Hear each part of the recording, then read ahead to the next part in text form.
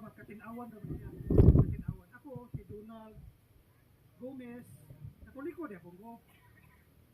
Ang ako pangutana, katinawan lang, katinawan. Kung kinsay makahatag og katinawan sa mga maayo nga mga igsuon nga nag-lecture diri. Kung kinsay makatubag, katinawan dili siya kuwan. Bahin sa Trinity. Sakto di ba nga Trinity isa ka Dios, tulo ka persona. Sakto. Agree na lang? Yes. Okay. Tama. Ang ako pangutana, katinawan, ang tulo ka persona, Amahan, Anak, Espiritu Santo. Sakto. Ang akong pangutana dili na katinawan.